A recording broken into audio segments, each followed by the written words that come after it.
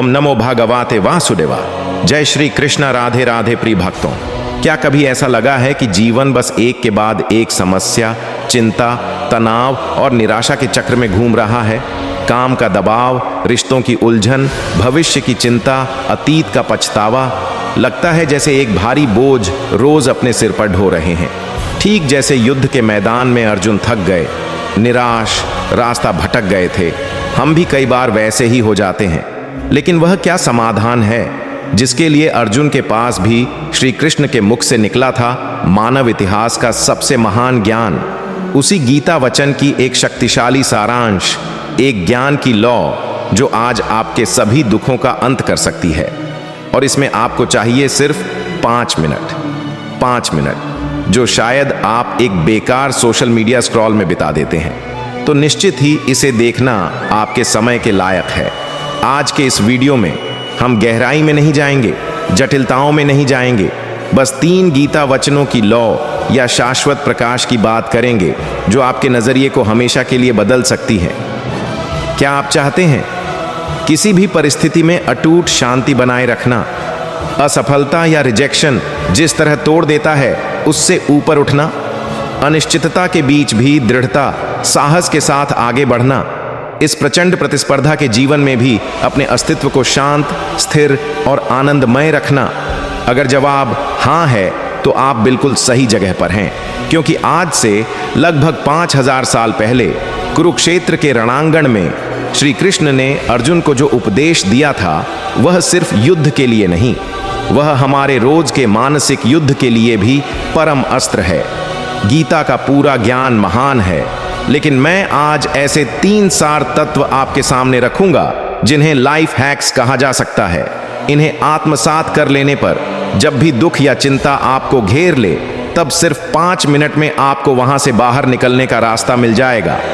मुख्य विषय, 3 ज्ञान की लौ। 1, फल की आसक्ति त्यागो, कर्मयोग। पहली और सबसे शक्तिशाली लौ, कर्मण्येवाधिकारस्ते मां फलेषु कदाचन। गीता 2.47। इसका अर्थ तेरा अधिकार सिर्फ कर्म करने में है, फल में कभी नहीं।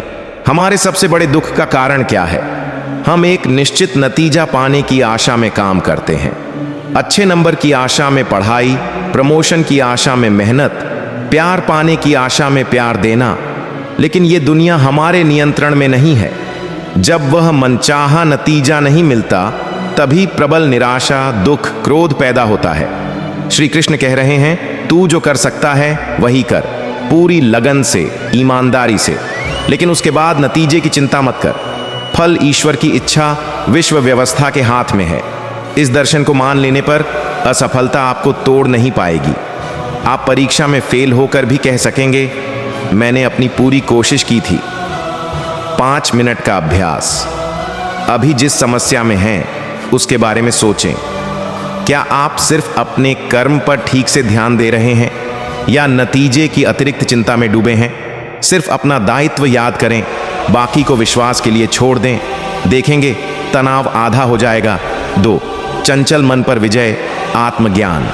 दूसरी लौ, उद्धरेदात्मनात्मानं नात्मानं वसादयेत। आत्मैव ह्यात्मनो बंधुरात्मैव रिपुरात्मनः। गीता 6.5। अर्थ, अपने आप से ही अपना उद्धार करो, अपने आप को निराश मत करो। तू ही अपना मित्र है और तू ही अपना शत्रु है। हमारा सबसे बड़ा शत्रु कौन है? हमारा ही अपना अशांत, नकारात्मक, भयभीत मन। यही मन हमें बार बार दुख की खाई में धकेलता है। श्री कृष्ण कह रहे हैं, इस मन को ही तुम्हें अपना मित्र बनाना होगा। कैसे? आत्मा या अपने वास्तविक स्वरूप को पहचानो।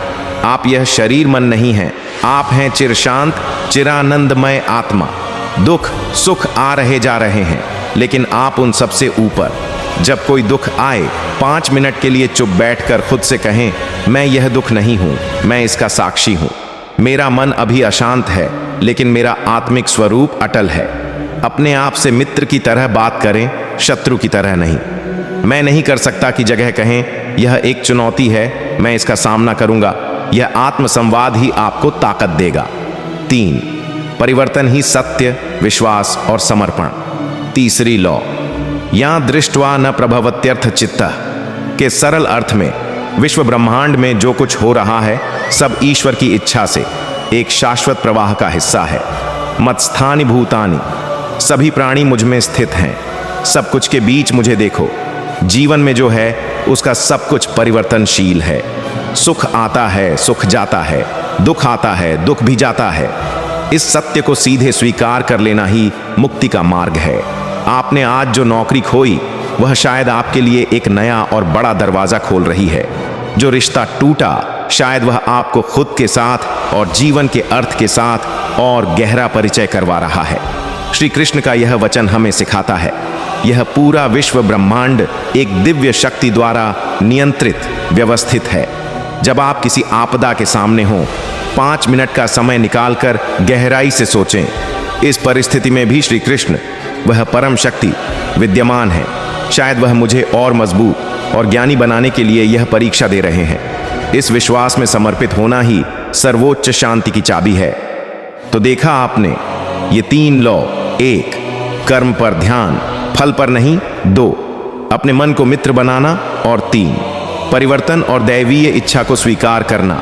ये सरल सत्य ही आपके जीवन से दुख की जड़ उखाड़ सकते हैं। सिर्फ सिद्धांत नहीं, आज से ही प्रयोग शुरू करें।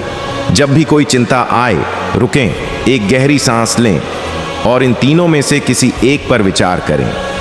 देखेंगे 5 मिनट के अंदर ही आपके मन में जगह बना रही है एक अद्भुत शांति और स्पष्टता। गीता के सागर से आज सिर्फ 3 मोती आपके हाथ में दिए, लेकिन इस ज्ञान सागर की गहराई अथाह है।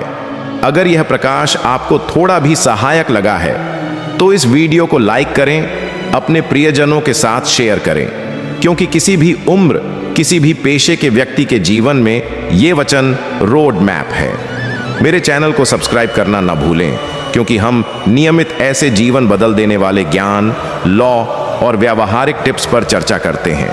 बेल आइकन दबाकर नोटिफिकेशन चालू कर दें ताकि कोई वीडियो मिस ना हो। नीचे कमेंट में लिखें तीनों लॉ में से कौन सी लॉ आज आपको सबसे ज्यादा जरूरी लगी। अपना अनुभव शेयर करें।